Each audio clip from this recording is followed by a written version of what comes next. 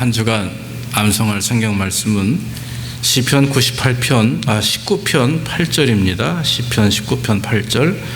여호와의 교훈은 정직하여 마음을 기쁘게 하고 여호와의 계명은 순결하여 눈을 밝게 하도다. 시편 19편 8절 말씀 우리 다 같이 한번 하겠습니다. 여호와의 교훈은 정직하여 마음을 기쁘게 하고 여호와의 계명은 순결하여 눈을 밝게 하도다. 시편 19편 8절 말씀. 또 한 주간 이 말씀 암송하면서 여러분들의 삶의 은혜가 있기를 원합니다. 오늘 봉독할 말씀은 신명기 11장 18절에서 21절입니다. 제가 가진 성경으로 280페이지입니다. 신명기 11장 18절에서 21절.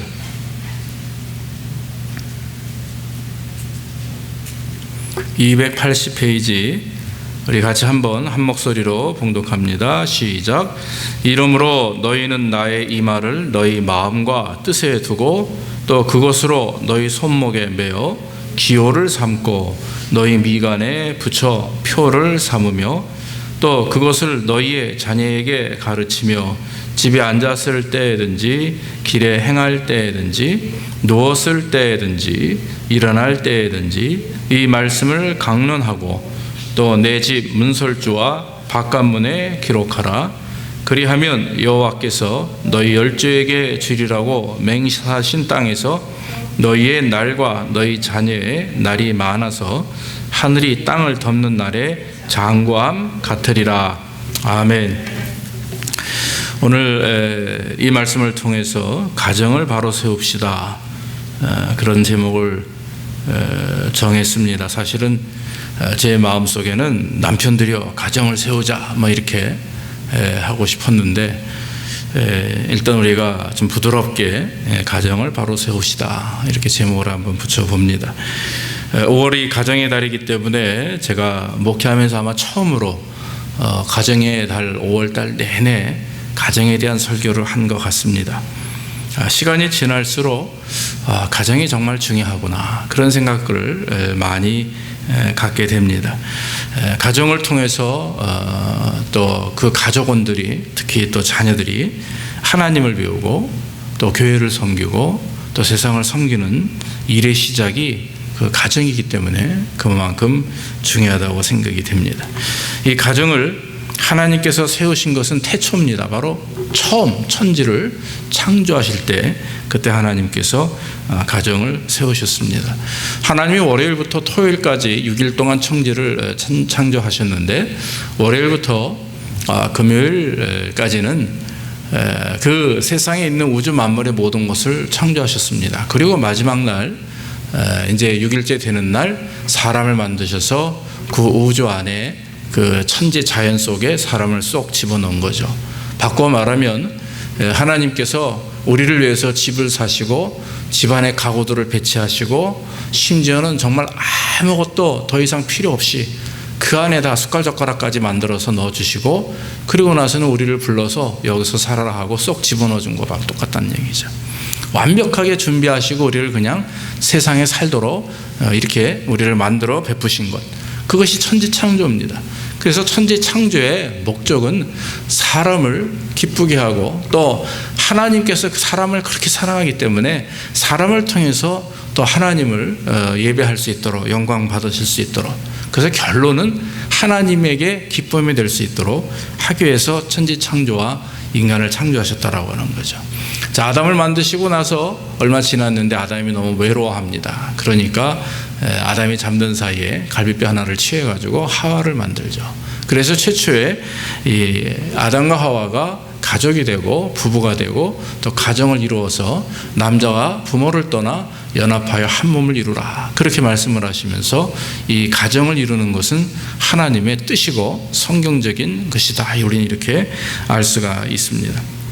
그래서 하나님께서는 우리의 가정을 계획하시고 또 우리의 가정을 통해서 예배를 받으시길 원하시고 또 우리의 가정이 그 사랑의 공동체가 되기를 원하시는 것 우리는 잘 알고 있습니다. 제가 가정의 달을 맞이해서 이렇게 말씀을 드리면서 특별히 성경에 그 가정을 잘 세운 가장들이 있고, 반면에 가정을 잘 세우는데 실패한 가장들이 있음을 보게 됩니다. 그래서 먼저 이 가정을 잘 세웠던 그 가장, 그 세 사람을 우리가 좀 보기를 원합니다. 가장 먼저는 그 가정을 성공적으로 잘 세우는 사람 중에 아브라함입니다. 아브라함의 성공의 비결은 믿음의 유산입니다. 여러분, 아브라함이 얼마나 믿음 있는 사람입니까? 믿음의 조상이라고 표현을 다 합니다. 그 정도로 믿음이라고 하는 그 커다란 정말 위험 앞에 어떤 그러한 그 명칭을 가지고, 대명사와 같은 그 명칭을 가지고 있는 사람입니다. 하나님께서 아브라함의 믿음을 축복하시고 또 아브라함의 믿음을 보시기 위해서 인도하셨던 말씀들이 있습니다. 우리가 먼저 창세기 12장에 보면 하나님께서 갑자기 아브라함에게 나타나셔서 본토 친척 아비짐을 떠나 내가 지시하는 땅 그 남쪽으로 내려가라, 이렇게 말씀을 합니다. 그때 아브라함이 특별히 성경에 아무런 대꾸도 기록되어 있지 않습니다. 뭐가 부족합니다, 이래서 안 됩니다, 이거 내가 지금 힘이 듭니다, 회사를 해야 되고 사업을 해야 되고 내가 지금 건강이 안 좋습니다, 내 와이프가 이렇습니다, 아무런 대꾸 없습니다. 변명 없이 롯, 자기 조카이죠, 롯과 같이 하란을 떠나 아비집을 떠나서 남방으로 내려가게 됩니다. 그런 여정이 있었고, 22장에 넘어가니까 그때 여러분 하란을 떠날 때 아브라함의 나이가 우리가 알다시피 75세입니다. 적은 나이가 아닙니다. 그런데 이제 22장에 보면 그 하나님께서 80에 됐을 때 아브라함에게 아들을 주겠다고 말씀했고, 20년 세월 동안 아브라함은 기다렸죠. 고통 가운데 기다렸습니다. 결국 하나님께서 100살에 됐을 때 아들 이삭을 주셨습니다. 그런데 그 아들 이삭이 어느 정도 소년으로 자랄 때 하나님이 그 아브라함을 시험합니다. 내가 내게 준 아들 이삭을 모레산으로 끌고 올라가서 나에게 바쳐라, 그랬어요. 아브라함은 또 그 명령에 아무런 대꾸도 못합니다. 얼마나 고통스러웠겠어요. 그는 3일 동안 모레산으로 아들 이삭을 데리고 올라갑니다. 3일 길을 올라가면서 아들 이삭은 뒤에서 자꾸 물어봐요. 아버지, 예전에 제사를 드리러 올라갈 때는 분명히 제물이 있었고 송아지나 어린 양을 꼭 끌고 갔는데 오늘은 왜 제물이 없습니까? 그때 아브라함이 얘기하죠.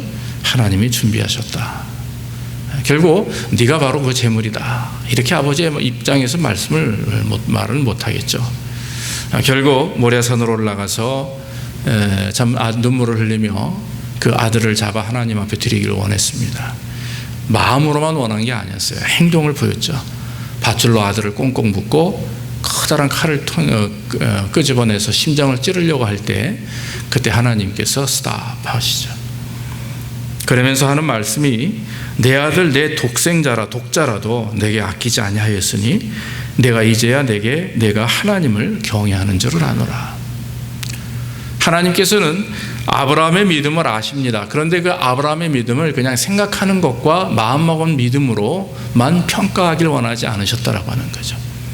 생각하고 마음먹은 것을, 중요한 것은 삶을 통해서 그대로 실천할 수 있는 믿음을 하나님은 보시기를 원하셨다라고 하는 것입니다. 히브리 기자는 11장 19절에서 하나님이 능히 죽은 자 가운데서 다시 살리실 줄을 생각한지라, 아브라함의 생각을 그렇게 읽어냈습니다. 내가 이 아들을 하나님께 드렸도, 이것은 100살에 낳은 아들이었도, 이것은 내가 정말 어떤 육체적인 그런 어떤 생리로 인해서 낳은 아들이 아니라 전혀 낳을 수 없는 무에서 유를 창조하신 하나님의 능력으로 얻은 것이기 때문에 하나님이 가져가셔도 하나님이 또 주실 것이다라고 하는 어떤 걸 우리는 부활신앙이라고 말하는 거죠. 사랑하는 성도 여러분, 순종은 가정에서 배웁니다. 우리의 자녀들이 순종을 누구를 통해서 배우겠습니까? 학교에서 배웁니까? 아닙니다. 순종은 가정에서부터 배우기 시작을 하는 것입니다. 이삭은 아버지 아브라함이 하나님 앞에 어떤 믿음을 가지고 어떤 순종을 하며 살았는지 어릴 때부터 보고 자란 거예요. 하나님 앞이라면 아버지 아브라함이 어떤 태도를 취하는지, 하나님의 말씀이라면 어떻게 순종하는지, 하나님 말씀이라면 자기들에 대하여 자기 자식들과 자녀들의 아내와 자녀들에게 어떻게 말하고 행동하는지 분명히 보고 자랐기 때문에 아들 이삭도 그대로 그것을 실천했다라고 하는 것입니다. 만약에 크리스찬의 가정에 아버지 어머니들이 가장들이 하나님의 말씀에 순종하는 모습을 잘 보이지 못한다면 여러분들이 입으로 주님을 믿는다고 하고 삶 속에서 하나님을 섬긴다고 하면서도 가정에서 직장에서 또 밖에 나가서 아이들 앞에서 하나님 앞에 온전히 믿음 있는 자로의 역할을 감당하지 못한다면 우리는 우리 스스로 질문해야 될 것입니다. 중요한 것은 믿음은 또 순종은 가정을 통해서 배웁니다. 그래서 여러분 아브라함은요 하나님이 인정하시는 믿음의 조상이라고 했어요. 그 아버지 믿음을 통해서 그 자녀들이 특히 아들 이삭이 믿음을 배우게 되었다라고 하는 것입니다. 우리가 자녀들 앞에 특히 하나님 앞에 우리의 믿음을 잘 드러내고 순종하는 역사가 있기를 원합니다. 또 성경에 나와 있는 분은 아므람의 아들 모세입니다. 모세는요 아시다시피 여러분 이스라엘을 600만 대군의 이스라엘을 애굽에서 가나안으로 인도한 사람입니다. 그런데 여러분 모세의 어릴 적 상황을 보면 최악의 상황이라고 그래요. 최악의 상황. 요셉이 애굽에서 총리 대신을 하고 나서 그 덕분에 이스라엘 자손들이 야곱과 12명의 아들이 애굽으로 건너갔죠. 그래서 거기서 이제 살게 됩니다. 기간은 오래 살아서 400년 가까이 살았죠. 요셉을 모르는 왕이 일어났다고 성경은 말합니다. 그리고 애굽을 다스리는데 이스라엘의 창대함을 보고 이 왕이 애굽 왕이 위기의식을 느낍니다. 그러면서 명령을 내립니다. 이스라엘 자손 중에 아들을 낳으면 다 죽여라. 산파들에게 말했고 지역 족장들에게 다 말을 했습니다. 자, 모세의 부모는 지금 사회 그 어떤 현상 자체가 다 이제 이스라엘의 아들들은 다 죽이는 상황이 되었기 때문에 모세의 부모는 그것에 굴복할 수가 없었습니다. 그래서 그는 아들을 낳은 이후 석 달 후에 100일도 안 된 아이를 갈대 상자를 만들어서 잘 물이 들어오지 않도록 방수 처리를 잘 한 다음에 그 안에 포대기를 깔고 아이를 똘똘 말아서 그 아이를 갈대 상자에 넣었고 그리고 아시다시피 나일강에 띄웠습니다. 바로의 딸이 목욕을 하다가 그 모세를 건지게 되죠. 모세의 아버지 아므람과 어머니 요게벳은 위기를 경험할 때 위기에 굴복하지 않습니다. 담대하게 아들 모세를 나일강에 띄워 보냅니다. 여러분 이것은 무엇을 의미합니까? 여러분 부모님들이 이 자녀들을 믿음이라고 하는 갈대 상자에 잘 넣어서 세상에 잘 보내줘야 됩니다. 다시 말하면 떠나 보낼 때는 떠나 보낼 수 있는 그런 준비된 자들이 되어야 된다고 하는 거죠. 엄마 품에 있을 때, 아빠 품에 있을 때, 가정의 품에 있을 때 아브라함과 같은 믿음을 배우고 또 아므람이나 요게벳과 같은 믿음을 가진 그런 부모들의 밑에서 아이들이 믿음을 잘 배우고 나아가서 세상에 나갈 때는 부모님들은 정말 기도하는 마음으로 아이들을 보내야 됩니다.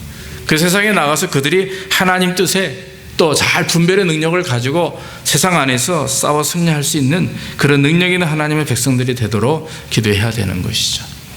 아므람과 요게벳에 대한 믿음에 대해서는 성경에 구체적으로 나와 있지 않습니다. 그러나 우리가 추측하는 것은 여러분 아시다시피 바로의 딸이 모세를 건져서 궁으로 데려갈 때 유모를 선택하는데 누가 갑니까? 바로 아므람과 요게벳의 이 집에 있던 그 가정부와 같은 여인이 들어가서 그 아이를 키우죠. 하나님께서 역사하시는 겁니다.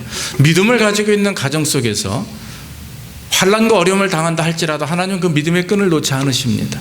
그래서 사람을 연결하시고 기회를 주시고 능력을 주심으로 말미암아 우리의 자녀들이 우리의 가족 구성원들이 어디에서 나가서 무엇을 하든지 좋은 사람 만나게 하시고 좋은 믿음 안에 있는 사람들과 교제하게 하시고 좋은 환경 속에서 하나님을 의지할 수 있는 기회와 능력들을 만들어 주신다 하는 줄로 믿습니다.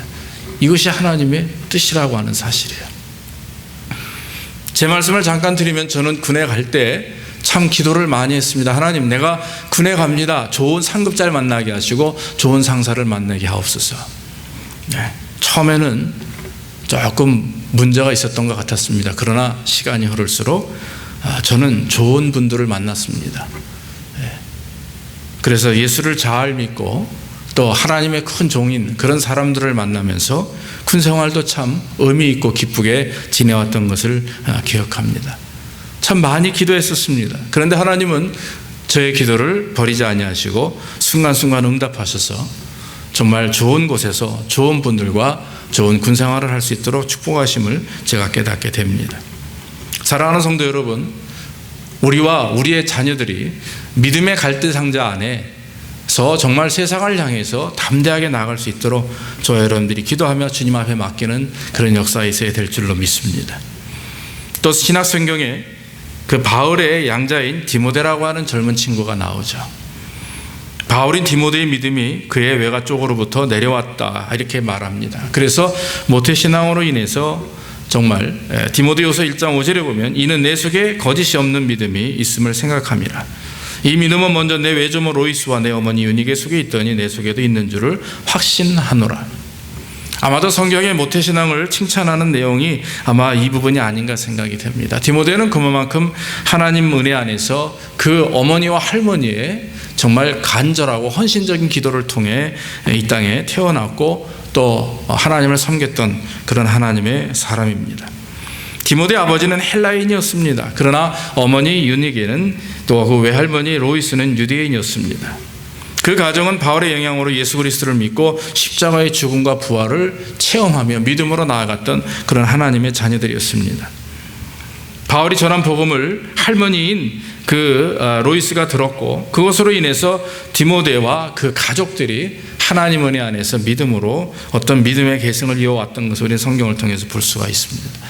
결국 바울은 비록 디모데가 겁이 많고 성경의 그 디모데에 대한 인물 그 역사 연구를 보면 굉장히 겁이 많고 병약하고 나약하고 온순한 사람이었다고 그래요. 뭐 리더십이 있거나 강하거나 뭐 능력이 있거나 카리스마 있거나 이게 아니고 정말 우리가 볼 때는 그냥 나약한 사람으로 이렇게 비춰졌던 그런 디모데입니다. 그런데 바울이 그의 믿음을 칭찬할 수 있었던 것은 바로 그의 어머니와 외할머니의 헌신적인 기도로 인해서 그 디모데가 자란 그 신앙의 배경과 그 삶의 모습이 너무나 진실하고 또 믿음 위에서 온전히 자랐기 때문이다 성경은 말합니다. 지금 우리의 자녀들이 비록 연약하지만 그러나 사랑하는 성도 여러분, 분명히 우리의 기도를 통해서 하나님은 그 자녀들을 크게 사용하시고 세우실 줄로 믿습니다. 우리의 눈에는 우리의 자녀들이 연약해요. 부족해요. 건강하지도 못하고 지혜가 없는 것 같고 합니다. 그러나 중요한 것은요, 하나님께서 역사하시고 또 우리 부모님들이 열심히 자녀들을 위해서 밤낮으로 기도하며 그 기도의 씨앗을 뿌릴 때 결국 거두는 자는 누굽니까? 바로 우리의 자녀들이 되는 줄로 믿습니다. 그래서 하나님이 축복하시고 세우셔서 우리의 자녀들이 복을 받는 은혜를 경험하게 되는 것입니다. 이렇게 아브라함은 믿음의 사람이요, 또 모세의 아버지는 정말 믿음으로 자녀들을 세상에 보내는 사람이요, 또 디모데는 그 부모님들의 어머니의 할머니의 기도로 말미암아 잘 성장한 사람입니다. 그의 부모님들이 그들을 잘 키웠고 또 그 아버지 어머니가 그 자녀들에게 잘 대했고 그 자녀들이 그 부모님의 믿음의 유산을 잘 받았기에 우리는 가정을 잘 세운 그런 사람들로 우리가 성경을 통해서 볼 수가 있는 것입니다. 그런데 반대로 성경에는 또 가정을 잘 세우지 못한 사람들이 등장합니다. 그 첫 번째가 야곱입니다. 야곱은 많은 아내와 아이들을 편애하는 이유 때문에 가정을 온전히 세우지 못하는 그런 사람이었습니다. 즉 가정을 바로 세우는 일에 실패했던 사람입니다. 아시다시피 야곱의 아내는 4사람입니다. 야곱의 외삼촌 그 라반의 집에서 그 딸인 라헬에게 반했죠. 그래서 라헬을 아내로 얻기 위해서 일을 하는데 외삼촌 라반이 이 야곱을 속이죠. 그래서 레아를 집어넣어서 큰딸 레아와 결혼합니다. 7년이라는 시간이 지났습니다. 그런데 이제 라헬과 또 결혼하기 위해서 요셉은 거기서 7년을 더 일하게 되죠. 자그마치 14년을 일하고 나서야 라헬과 결혼하게 됩니다. 레아와 결혼해서 야곱은 루벤과 시몬과 레이와 유다를 낳게 됩니다. 그런데 그 생산이 중단되자 그의 여종 실바를 통해서 다시 야곱은 갓과 아셀을 낳습니다. 그런데 안타깝게도 야곱이 사랑했던 라헬은 자식이 없었습니다. 그래서 자식이 없던 차에 라헬은 자기 여종인 빌하를 남편인 야곱에게 주어서 빌하를 통해 야곱은 단과 납달리를 낳게 됩니다. 그런데 하나님께서 이 라헬을 불쌍히 여기십니다. 그래서 나중에 한참 후에 라헬이 잉태하게 되는데 그것이 요셉이었습니다. 그리고 또 막내 베냐민을 낳게 됩니다. 이와 같이 12명의 아들을 낳은 야곱, 아들이 12명이고요 아내가 4명입니다. 여러분 생각을 해보십시오. 오늘 같은 세상에서 요즘에 한 아내와 그 2-3명의 아들과 사는 것도 참 쉽지 않습니다. 그런데 4명의 아내와 12명의 아들, 그것도 각각 다른 그런 자녀들입니다. 아마 여자들은 남편에게 사랑을 차지하기 위해서 서로 보이지 않는 분쟁과 투쟁이 있었을 것입니다. 또 심지어 12명의 아들은 아버지 야곱을 통해서 많은 것을 받아내기 위해서, 또 사랑을 받고 상속을 잘 받아내기 위해서 아마도 보이지 않는 그런 투쟁과 분쟁이 있었을 것입니다. 우리가 알다시피 요셉은 형제들로 말미암아 질투를 받게 됩니다. 이유는 무엇입니까? 아버지 야곱이 너무나 요셉만 사랑하는 것이 눈에 보였습니다. 다른 형제들에게는 호르만 옷을 주었지만 이 요셉에게는 꼭 비단으로 옷을 짜서 요셉에게 입혔습니다. 먹을 것을 주어도 다른 형제보다 다른 것을, 더 좋은 것을 주었던 것입니다. 형제들은 오죽하면 그 자기 동생 요셉을 질투하고 시기합니까? 아시다시피 요셉을 구덩이에 쳐넣기도 하고 심지어는 지나가는 아라비아 상인들에게 요셉을 팔아먹기까지 합니다. 자, 요셉이 고통당한 이유가 무엇입니까? 아버지 야곱의 편애적인 사랑입니다. 또 반면에 야곱의 11명의 아들이, 요셉을 집안 11명의 아들이 성장하면서 고통을 받았던 이유가 무엇입니까? 바로 야곱의 편애적인 사랑이었습니다. 그 아내들도 마찬가지였죠. 사랑하는 성도 여러분, 부모가 자녀들을 편애한다고 하는 것은 그것은 자녀들에게 큰 상처를 주는 것입니다. 우리가 잘 그러지 않겠지만, 그러나 여러분, 아이들을 가만히 얘기를 들어보면은요, 아빠는 누구 이뻐해? 아빠는 누구만 사랑해? 그런 얘기를 꼭 하더라고요. 막내이기 때문에 사랑하고 큰 놈이기 때문에 사랑하고, 꼭 중간은 항상 문제는 둘째입니다. 사랑하는 성도 여러분, 자녀를 편애한 것은 하나님의 방법이 아니죠. 저와 여러분들이 이 가정에서 편애함이 없이 잘 자녀와 아내를 사랑하는 것, 그것이 하나님의 기쁨이 되는 것입니다. 또한 두 번째는 기드온의 가정입니다. 기드온은 어떤 사람입니까? 미디안의 그 수만 명을 300명의 용사로 물리친 사람입니다. 그런데 여러분, 기드온의 말년을 보면 물질과 성적인 문란함에 무너진 아버지 상을 보여주고 있는 것입니다. 기드온은 사사입니다. 하나님의 은혜를 많이 받은 사람입니다. 기드온은 하나님의 부르심에 겸손하게 나아갔으며 아버지가 세운 바알과 아세라상을 찍어버리고 미디안 군대를 물리친 그런 하나님의 용사입니다. 그러나 문제는 전쟁이 끝난 이후, 승리 후에 일어나게 되었습니다. 이스라엘 백성들이 기드온을 찾아옵니다. 기드온이여, 우리의 왕이 되어 주옵소서.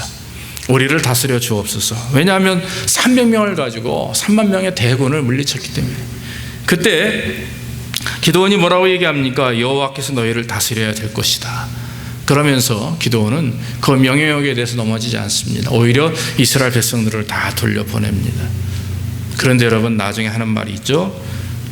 백성들이요, 너희들이 가지고 있는 금고리를 나에게 달라. 다시 말하면 너희가 가지고 있는 것들 좀 나에게 바쳐라 하는 물질적인 것을 요구하게 됩니다. 그 당시에 미디안을 통해서 뺏은 여러 가지 금은보화가 많이 있었기 때문에 이 백성들은 자진해서 기쁜 마음으로 기드온의 집에 금고리를 가지고 왔는데 그 양이 자그마치 1100세겔이라고 하는 거죠. 정확한 액수는 모르겠지만 아마 수억 이상의 돈이 아닌가 생각이 됩니다. 자, 이 기드온의 문제는 그때부터 시작됩니다. 그 고리를 다 녹여서 에봇을 만듭니다. 에봇은 무엇입니까? 제사장이 입는 제사옷입니다. 제사복입니다. 그 에봇을 만들어서 기드온이 거하는 지역에다 이렇게 모셔놨습니다.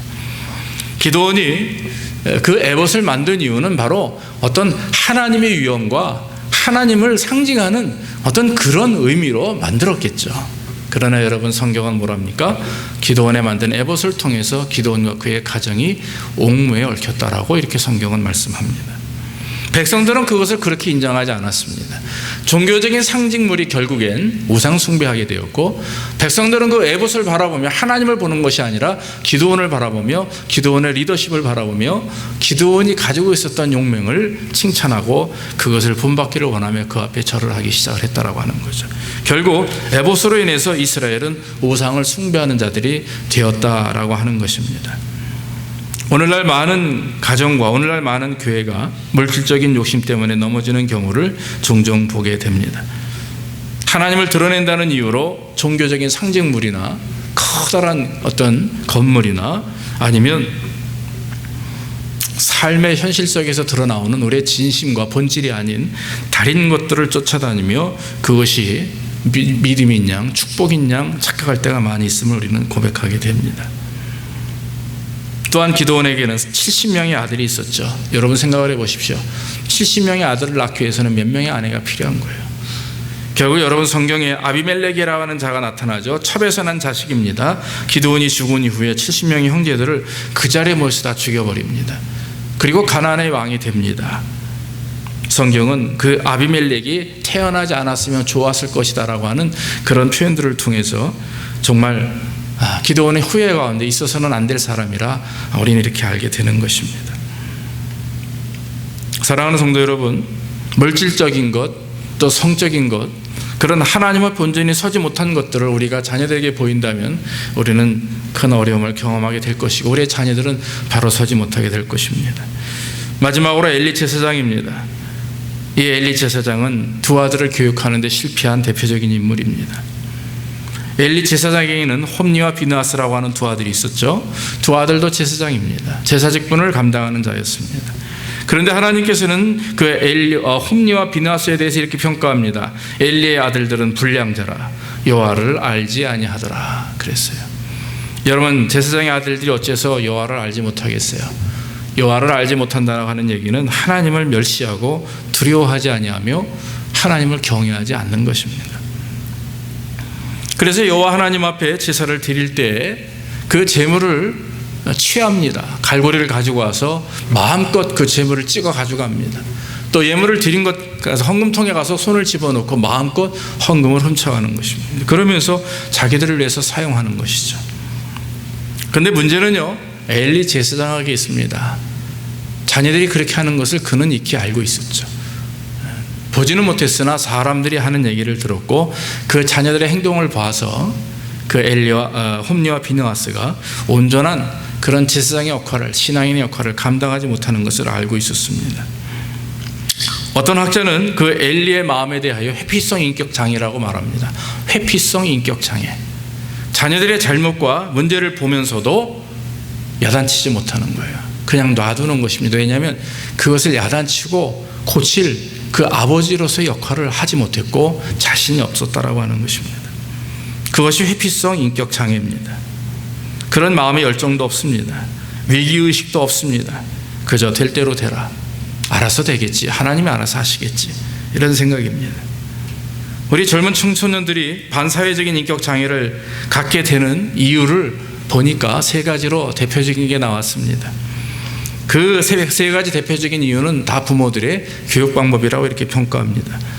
일관성이 없는 훈육, 그리고 성장 과정에서 폭행을 당했다거나 가장 중요한 시기에 부모로부터 온전한 그런 가정교육을 받지 못할 때 오게 되는 그 아이들의 문제가 그것이 바로 결국 반사회적인 인격장애로 아이들을 만들어내었다. 이렇게 연구 결과가 있습니다. 사랑하는 성도 여러분, 오늘 엘리 제사장의 가정 문제는 두 아들이었습니다. 그런데 그 두 아들이 그렇게 될 수 있었던 이유는 바로 아버지 엘리의 일관성이 없는 훈육과 또 문제를 바라잡아주지 못하는 그런 아버지의 권위 없음이었습니다. 훈육이 부족했기 때문에 그랬던 것입니다. 제사장의 자녀로서 오히려 다른 사람들보다도 정직하고 거룩한 하나님의 자녀 역할을 감당해야 됨에도 불구하고 엘리와 홈리와 비느하스는 그러지 못했다라고 하는 것입니다. 하나님께서는 사무엘상 2장 29절에 엘리에게 이렇게 말씀합니다. 너희는 어찌하여 내가 나의 처소에서 명한 나의 제물과 예물을 밟으며 내 아들들을 나보다 더 중히 여겨 내 백성 이스라엘에 드리는 가장 좋은 것으로 스스로 살찌게 하느냐. 내 아들들을 나보다 더 중히 여겨. 이미 하나님은 그 사실을 알고 계시고 엘리도 그 사실을 알고 있다고 하는 것을 하나님은 말씀하는 것입니다. 사랑하는 성도 여러분, 부모의 권위가 인정되지 못하고 자녀들이 부모에 따라 순종하지 못하는 가정을 엮이는 가정이라고 이렇게 말합니다. 엮이는 가정의 특징은 세대 간의 권위가 무너지는 것을 말합니다. 또 존중되지 않는 것을 말합니다. 또 개인과 개인과의 관계 속에서 그런 권위가 무너지고 경계선이 존중되지 않는 것을 말하는 것입니다. 건강하지 못한 부부는 자녀들에게 적절한 훈육을 할 수가 없습니다. 또 하나님 앞에 온전하지 못한 믿음을 가지고 있는 그런 부모의 모습을 통해서 아이들에게 온전한 믿음을 가르칠 수가 없는 것입니다. 오늘 성경에 가정을 바로 세운 그런 세 사람과 그러지 못한 세 사람은 분명히 믿음 있는 자들이었습니다. 하나님을 잘 섬긴다고 하는 자들이었습니다. 그러나 그들이 성공과 실패를 좌우했던 것은 그것은 시간이 흐른 이후 자녀들을 어떻게 교육하고 양육하느냐에 따라서 문제는 갈라지게 되었다라고 하는 것입니다. 사랑하는 성도 여러분, 우리는 오늘 가정의 달을 맞이해서 마지막 이 말씀을 통해서 제일 중요한 것은 우리의 자녀들에게 믿음의 계승입니다. 신앙의 교육입니다. 부모가 온전한 믿음으로 하나님들을 잘 섬기고 자녀들 앞에서 온전한 신앙인의 모습을 보일 때 우리의 자녀들은 우리의 믿음을 계승받아서 하나님께 영광을 돌리게 되는 것입니다. 또한 부모님들은 이 부모님의 권위를 잃지 말고 그리고 정말 일정한 훈육 방법과 일관성 있는 방법으로 두 부부가 한 마음이 되어서 자녀들을 잘 양육해야 될 줄로 믿습니다. 그래야 우리의 자녀들이 그 부모님의 훈육을 통해서 온전한 사람으로 또 하나님을 믿는 사람으로 바로 세워지게 된다라고 하는 것입니다. 사랑하는 성도 여러분, 가정은 하나님이 만드신 최고의 공동체입니다. 사랑의 공동체입니다. 가정의 어려움을 경험하면 삶의 문제를 경험하고 신앙의 문제를 경험하고 교회와 우리의 미래의 어려움을 경험합니다. 그렇기 때문에 우리의 가정이 하나님 앞에 온전히 세워질 수 있도록 부모된 우리들은 더 기도하고 더 조심하고 더 열심을 다하여 하나님을 섬김으로 말미암아 우리의 자녀들이 우리의 믿음과 신앙과 우리의 삶을 통해서 하나님을 날마다 만날 수 있는 그런 부모들이 되기 위해서 노력하고 수고하는 저와 여러분들이 되어야 될 줄로 믿습니다. 하나님의 축복하심과 인도하심이 저와 여러분들의 가정에 충만하기를 주의 이름으로 축원합니다. 기도하겠습니다. 아버지 하나님, 부족한 종을 통해서 하나님의 말씀을 증거할 수 있도록 인도하시니 감사하고 하나님 우리의 가정을 돌아보옵소서. 우리의 가정에 복을 주옵소서. 부족하고 연약한 것이 많이 있지만 그러나 하나님 믿음으로 하나 되게 하시고 우리 부모님들의 믿음을 통해 우리 자녀들이 믿음을 본받게 하옵소서. 우리의 말과 행동을 하나님 은혜 안에 있게 하시고 우리의 삶을 통하여 늘 아버지 일정하며 온전하며 하나님이 기뻐하시고 나아가 우리의 자녀들이 정말 우리 부모님들의 말과 훈육과 또한 믿음을 통해 온전한 삶을 배우고 믿음을 배울 수 있는 귀한 능력을 경험할 수 있도록 주께서 우리의 가정들과 우리를 축복해 주시옵소서. 우리의 자녀들에게 솔로몬과 같이 지혜와 다윗과 같은 믿음과 에스더와 같은 기도하는 귀한 하나님의 자녀들 되게 하시고 이 땅에서 정직하고 똑똑하며 바르게 아버지 세상을 향해 나아갈 수 있도록 주여 인도해 주옵소서. 믿음과 같은 갈대상자 우리를 돌보아 주시되 우리의 자녀들이 세상에 나가서 승리할 수 있도록 우리가 늘 자녀들을 향하여 기도하며 믿음을 세우기에 부족함이 없도록 우리를 채워 주옵소서. 예수님의 이름으로 기도하옵나이다. 아멘. 우리 찬송가 468장 찬송하시면서 힘을 드리겠습니다.